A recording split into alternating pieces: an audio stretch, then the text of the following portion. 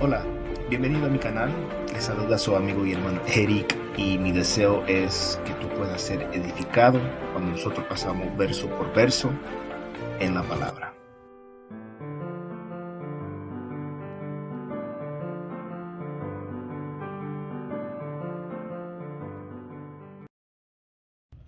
Saludos y bendiciones, familia en Cristo. Les saluda su amigo y hermano Eric y bienvenidos nuevamente a otro video más. Estamos continuando nuestro estudio en el libro de Apocalipsis y en el video anterior estábamos hablando sobre las 7 copas. Solamente nos tocó hablar sobre los primeros 6 y hoy vamos a dar la continuación a eso, donde vamos a ver la última copa que va a ser derramado. Y en los videos que van a continuar estaremos enfocándonos en el capítulo 17 y 18 sobre la caída de Babilonia, que definitivamente va a estar muy interesante. Y bueno, todo lo que resta del libro del Apocalipsis va a estar buenísimo. Entonces, si tiene su Biblia, por favor, acompáñeme. Estamos en Apocalipsis capítulo 16. Quiero enfocarme no más en los últimos versículos que restan del 17 al 21. Y por si quizás pensaron, bueno, ya se lo olvidó, ya no va a hacer más videos. No, bueno, estamos aquí de vuelta y pues bueno, con la ayuda del Señor, pues vamos a ver lo que podemos aprender en el día de hoy. Dice la palabra del Señor, Apocalipsis 16, versículo 17 al 21, en el nombre del Padre, del Hijo y el Espíritu Santo. Y el séptimo ángel derramó su copa en el aire y una gran voz salió del templo, del trono que decía, hecho está. Entonces hubo relámpagos, voces y truenos, y hubo un gran terremoto, tal como no lo había habido desde que el hombre está sobre la tierra. Fue tan grande y poderoso terremoto. La gran ciudad quedó dividida en 3 partes, y las ciudades de las naciones cayeron. Y la gran Babilonia fue recordada delante de Dios para darle el cáliz del vino del furor de su ira. Toda isla huyó y los montes no fueron hallados, y enormes granizos como de un talento cada uno cayeron sobre los hombres, y los hombres blasfemaron contra Dios por la plaga del granizo, porque su plaga fue sumamente grande. Pues bueno, aquí estamos en el versículo 17 donde nos dice que el séptimo ángel derramó su copa. En otras de las copas estábamos viendo que derramó sobre las aguas, que derramó sobre la tierra, que derramó sobre los montes. Pero aquí específicamente nos está diciendo ya en esta copa final, ya en el juicio final, que va a ser derramado en el aire. Pero hay unas palabras que sobresalen porque dice, una gran voz salió del templo del trono que decía, hecho está. Literalmente nos dice, ha sucedido. Esto es, ya no hay um, nada más que esperar, ya es el momento para este final copa de juicio. Esta es la manifestación final de la ira de Dios en cuanto al castigar la rebeldía de los seres humanos, y podemos notar que la paciencia del Señor se ha agotado. Han expirado todos los intentos a atraer a los impíos hacia el arrepentimiento. Esta copa, ¿verdad? Como mencioné, no se está derramando sobre la tierra, ni sobre el mar, ni en los ríos, ni sobre el sol, sino que está siendo derramado en el aire. Eh, entonces, esto demuestra que así la ira divina sobreviene a todo ser viviente y a todas las cosas que se encuentran bajo el cielo. Mira lo que dice el versículo 18.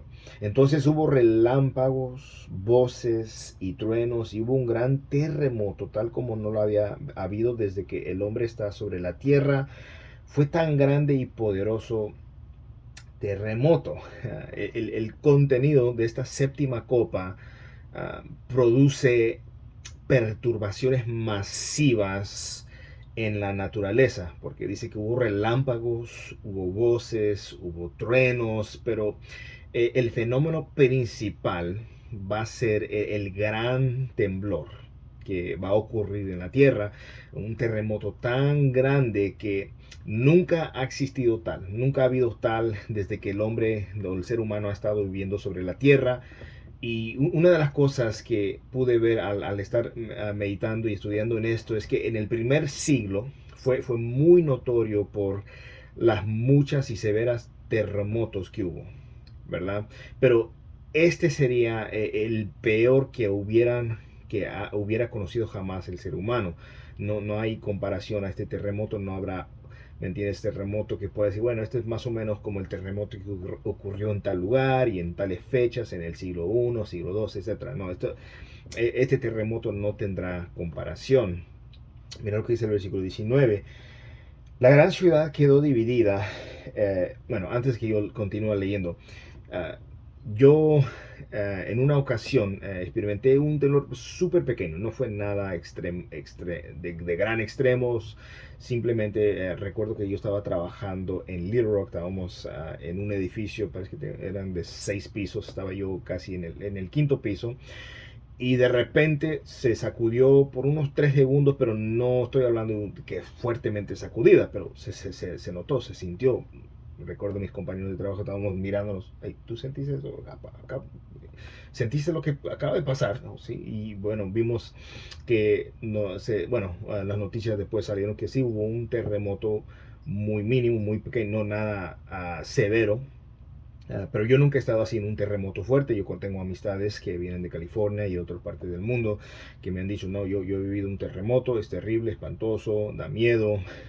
Y entonces, en este caso, estamos hablando de un terremoto mundial.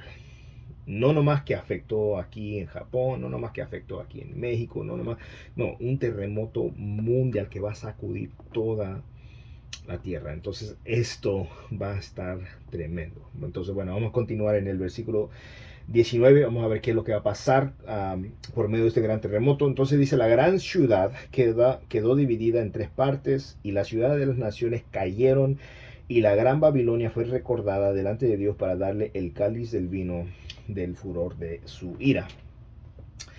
Ok, entonces acá estamos viendo algo donde dice la gran ciudad fue dividida en 3 partes. Ahora, cuando tú ves, hay un debate, o más bien hay dos posiciones. Unos te van a decir, los comentaristas creen que se está refiriendo a Israel, es posible. Otros están diciendo, bueno, esto se refiere a la destrucción de Babilonia.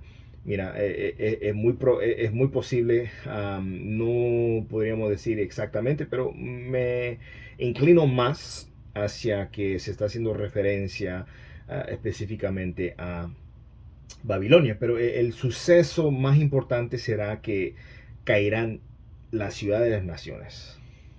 La ciudad de las naciones van a caer. El terrible terremoto va a reducir a escombros a todas las ciudades de las naciones. Eso va a ser una escena uh, de, de, de, gran horror, va a ser una escena tremendo. Y hemos visto nosotros después de un gran terremoto que ha ocurrido, por ejemplo, en Chile, que ha ocurrido en ciertas partes del mundo, y la devastación que ha dejado nos conmueve, nos quedamos impactados. Pero considera que en este caso muchas ciudades van a ser reducidas. Caerán las ciudades de las naciones, serán reducidas a escombros todas las ciudades de las naciones. Y esto, wow, yo ni me puedo imaginar cómo va a ser algo así, que todas las ciudades sean afectadas al mismo tiempo. De esta manera se prepara, ¿verdad?, el escenario para la segunda venida de Cristo, y es evidente que durante el colapso de las ciudades del mundo habrá enormes pérdidas humanas, destrucción masiva de lo que queda del imperio mundial, de los imperios del mundo. Y entonces eso, mira, y más bien mira lo que dice el versículo 20, cuán fuerte fue y cuán grande será este terremoto. El verso 20, y dice, toda isla huyó y los montes no fueron hallados. Además del espantoso terremoto, vemos aquí que Juan nos está registrando que toda isla va a huir, que todos los montes no van a ser hallados. Y si esto se toma literalmente, porque algunos pueden decir, bueno, es solamente una expresión. Por ejemplo, tú consideras, la gente dice, no, hombre, tú fuiste a tal evento. No, hombre, todo el mundo fue al evento. Bueno, literalmente no todo el mundo fue, pero fueron muchísimas personas. Y hay algunos que van a decir, bueno, a esto se está refiriendo. No que toda isla va a huir, todo monte, ¿verdad? No va a ser hallada. Pero más bien están algunos que dicen, bueno, esta es solamente una expresión para decir que la mayoría, si no todas, van a quedar casi sin encontrarse. No se van a encontrar islas, no se van a encontrar montes. Y van a haber otros que dicen, no, esto, si lo tomamos literal, no van a quedar montes, no van a quedar islas. I mean, imagínate un terremoto masivo que afecta a todo el mundo. No, ¿me entienden? No es difícil considerar que ese es el caso, sobre todo bajo este juicio final, último juicio de la séptima copa. Indican que habrá cambios al aspecto, si esto es literal, habrá cambios al aspecto de la tierra. No va a parecer como la tierra, como lo conocemos y lo vemos en el día de hoy. Y no solo eso, sino que va a provocar transformación de la tierra santa, en la cual va a haber preparaciones para el reino milenial de Cristo, la cual vamos a poder estar hablando y percibiendo esto un poquito más en los finales, creo en los capítulos finales de Apocalipsis. Verso 21, ya en lo que es la conclusión del juicio, mira lo que va a pasar. Y enormes granizos, como de un talento, cada uno cayeron sobre los hombres. Y los hombres blasfemaron contra Dios por la plaga del granizo, porque su plaga fue sumamente grande. Tal vez a pensar, un talento. ¿Qué es eso para nosotros? ¿En qué medida? ¿O qué es algo que nosotros podemos tal vez ver la relevancia? Bueno, el granizo gigante va a caer y va a pesar más o menos entre 75 a 88 libras o entre 34 a 40 kilos. Entonces, definitivamente, no sé si ustedes han tenido la experiencia que haya caído granizo y están muy pequeños, otros hasta más tamaños un poquito más grandes. Y si estás afuera, ¿verdad? No estás donde estar cubierto bajo algo de protección y te está pegando, bueno, eso duele.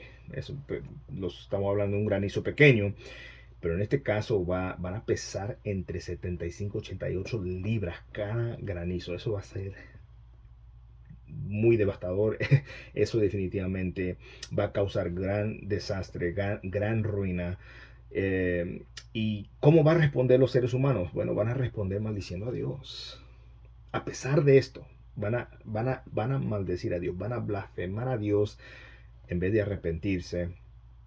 Ahí nos dice claramente, los hombres blasfemarán en contra de Dios por la plaga del granizo. Y cuando nosotros consideramos el granizo, es una herramienta frecuentemente usada de juicio en contra de los enemigos de Dios. Lo vemos en Egipto, ¿verdad? En el capítulo 9. Lo vemos en Josué capítulo 10, versículo 11. Los de Canaán experimentaron, ¿verdad? Un juicio de granizo. El Israel apóstata en Isaías 28. Y Gog y Magog, que se describe en Ezequiel 38, también nos hablan sobre esto, el juicio de granizo. En cada una de estas instancias, el granizo llovió desde los cielos como una herramienta de juicio. No fue un castigo de corrección. Mira, con eso se van a corregir de los propios hijos de Dios. A pesar de todo el sufrimiento, muchos aún no se van a arrepentir. Imagínense, un granizo, un solo granizo pesando 75 a 88 libras, y aún así la gente no se va a arrepentir.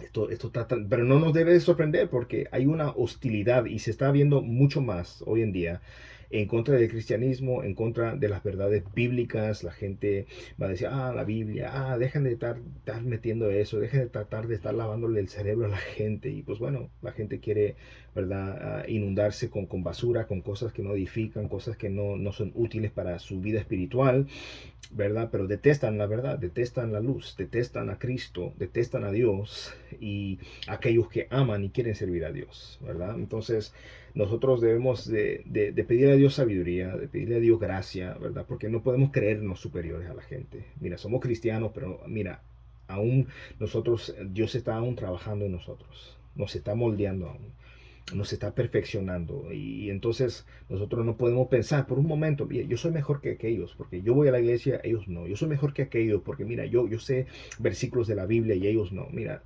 nosotros simplemente debemos ser agradecidos con Dios por el hecho de que Él ha tenido misericordia con nosotros y nos ha alcanzado. Mira, no somos cristianos por ser buenos, no somos cristianos por ser especiales. sin tener nada que ofrecerle a Dios, Dios aún mandó a su Hijo Jesús a morir en la cruz para que toda persona, sin importar la raza, sin importar el idioma de la nación de donde ellos vienen, sin importar su estado social, para que toda persona que en Él crea no se pierda, mas tenga vida eterna. Entonces, eso es muy importante tomar en cuenta. Y quiero finalizar ya con esto último en cuanto al hecho de que a pesar del sufrimiento no se van a arrepentir. Charles Spurgeon dijo lo siguiente: yo he conocido a personas que dicen, bueno, si yo fuera afectado, si yo estuviera en esa situación, yo me convertiría, sin lugar a dudas. Si estuviera enfermo, quizás yo sería salvo. O realmente no se debe de pensar así. La enfermedad y la tristeza por sí mismas no pueden ayudarnos para la salvación. ¿Por qué? La salvación solamente puede provenir por medio de la predicación del Evangelio, que es poder de Dios para salvación, no por medio de una enfermedad, no por medio del sufrimiento, ¿verdad? Pero Dios puede usar estas cosas para atraernos a Él, ¿verdad? Pero se necesita la predicación del Evangelio, el mensaje del Evangelio, que es poder de Dios para salvación. Y el dolor y la pobreza no son evangelistas. Esto es lo que dice Spurgeon. La enfermedad y la desesperación no son apóstoles. Mira a los perdidos en el infierno. El sufrimiento no ha tenido ningún efecto sobre ellos. Y ahí están. Pasaron por sufrimientos, pasaron por pobreza, dolor y momentos de desesperación, pero aún así no quisieron acudir a Cristo y el efecto no causó que ellos fueran corriendo al Señor. Todo lo contrario, se mantuvieron en rebeldía en contra de Dios, despreciaron la verdad, despreciaron a Cristo. Entonces aquel que es sucio aquí va a ser sucio allá. Aquel que fue injusto en esta vida será injusto en la vida por venir, ¿verdad? En el final de Apocalipsis, el que es inmundo, ensúciate más. El que es santo, santifícate más, ¿verdad? Y no hay nada en el dolor y el sufrimiento que por su propia natural forma de funcionar hará que guíen a las personas a la purificación. No hay manera de eso. Solamente el Evangelio, la proclamación del Evangelio, solo eso tiene el poder, ¿verdad?, para dar vida a aquel que está espiritualmente muerto. Entonces la respuesta natural de los que se encuentran sin esperanza en el juicio va a ser maldecir a Dios, levantar su mano y maldecir a Dios por el granizo, por los juicios que Él manda sobre los moradores de la tierra. Pero en ese mismo día, y mira, en ese mismo día, a pesar que van a maldecir a Dios, se van a ver obligados a dar en contra de su voluntad gloria al Dios del cielo. Bueno, ¿cómo es eso? Filipenses 2:10 dice: entonces toda rodilla se doblará ante el nombre de Jesús, de los que están en los cielos, en la tierra y debajo de la tierra. En ese día, quieran o no quieran, toda rodilla se va a doblar ante el nombre de Jesús y darle gloria, la cual Él se merece. Y ya finalmente el último verso que quiero leerles está en Segunda de Pedro, capítulo 3, versículo 11 en adelante: puesto que todas estas cosas han de ser desechas, ¿cómo no debéis vosotros andar en santa y piadosa manera de vivir, esperando y apresurándonos por la venida del día de Dios, en la cual los cielos escondiéndose serán deshechos y los elementos siendo quemados se fundirán? Pero nosotros esperamos, según sus promesas, cielos nuevos y tierra nueva, en la cuales mora la justicia. Entonces, con todo lo que estamos viendo en la actualidad, cómo estamos viendo la dirección de la sociedad yendo de cabeza, los fundamentos destruyéndose, ¿verdad? Y tantas cosas, el bombardeo de las ideologías y todo que se levanta en contra de Dios. Es un odio hacia la luz. La luz vino al mundo, dice la escritura en el Evangelio de Juan: la luz vino al mundo, pero los hombres amaron más las tinieblas, sus malas obras, su pecado, más que Cristo. Entonces esto nos debe llamar a la reflexión, aún a los que estamos en la iglesia, aún a los que nos consideramos, a los que hemos sido redimidos y rescatados por la gracia de Dios, nos debe llevar a la reflexión. Mira, pensemos cómo estamos viviendo, cómo estamos nosotros, ¿verdad?, representando. Somos embajadores de Cristo. Y por lo tanto tenemos que representar al Señor. Ya no viví para nosotros, sino, como dicen Gálatas, ya no vivo yo, más Cristo ahora vive en mí, ¿verdad? Y tenemos que nosotros, ¿verdad?, honrar al Señor con nuestra manera de vivir. Sí, estamos viviendo en un tiempo donde la sociedad, los valores, los modales, los principios están por los suelos. Si tú tienes valores bíblicos, si tú te aferras a las verdades bíblicas, eres retrógrado, eres una persona anticuada, eres un fanático, eres un loco, etcétera, religioso, un fariseo, lo que sea. Pero vale mejor, es mucho mejor quedar mal con las personas, quedar mal con la sociedad, pero quedar bien con Dios. ¿Por qué? Porque considerando todas las cosas, nuestra meta principal debe de ser honrar al Señor, de quedar bien con Dios, para que en el día fin, en aquel día, cuando nuestro nombre que se encuentre escrito en el libro de la vida, podamos nosotros responder a nuestro nombre, cuando el Señor diga, bien, buen, fiel siervo, en lo poco tú fuiste fiel, en lo mucho te pondré, entra en el gozo de tu Señor. Esas son las palabras que queremos escuchar. No queremos escuchar, aunque tal vez asistas a una iglesia, tal vez tienes una posición en la iglesia, eres líder, tal vez predicas, tal vez das clases de escuela dominical, estás en el coro, tocas un instrumento, tienes una posición de ujier, de diácono, de anciano. No queremos escuchar las palabras, aparte de mí, yo no te conozco. Porque muchos van a decir en aquel día, Señor, Señor, y Él les va a decir, yo no los conozco, yo no sé quiénes son ustedes. Bueno, en tu nombre, chamo, hicimos esto, en tu nombre oramos y la gente se sanó, echamos fuera demonios. No los conozco, échenlos, láncenlos al lago de fuego. Entonces, que esto nos lleve a reflexionar y pensar, mira, si nuestra fe ha sido depositada en Cristo, no hay razón para temer. No hay razón para temer condenación, porque los que están en Cristo, ya no hay condenación para los que están en Cristo. Ahora nos resta mostrar frutos dignos de un arrepentimiento genuino, evidencias de que nosotros hemos sido alcanzados por la gracia de Dios por medio de nuestras obras. Nuestras obras no salvan. Las buenas obras que hacemos no nos salvan, pero son evidencia de la salvación que Dios ha producido en nuestras vidas. Y entonces espero que por medio de estos videos nosotros podemos tomar el tiempo para reflexionar. Y sobre todo, amigo, amiga que me escuchas, no conoces al Señor, tal vez con todo lo que está pasando, tienes el corazón lleno de temor, de incertidumbre. Mira, mi llamado para ti es, mi deseo es que tú puedas tener la oportunidad de conocer a Cristo. Reconocemos nosotros una cosa muy importante, somos pecadores y hay un gran Salvador y su nombre es Jesucristo. Mira, si no fuera por Jesús, si no fue por esa obra que Él hizo en la cruz, no habría esperanza para la humanidad, pero hay una esperanza. Mientras hay vida, hay esperanza y nosotros tenemos que correr a los pies de Cristo. ¿Qué es lo que la palabra nos pide? No nos está diciendo, tienes que ir a una iglesia. Mira, eso no nos va a salvar. ¿Qué es lo que debemos hacer? Arrepentirnos y convertirnos al Señor.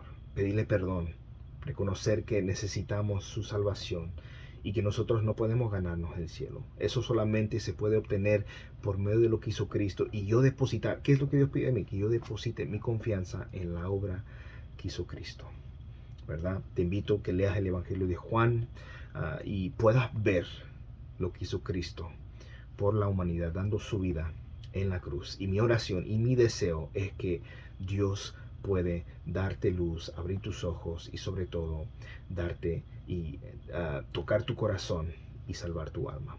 Que la gracia y la paz de nuestro Señor Jesucristo sea con cada uno de ustedes.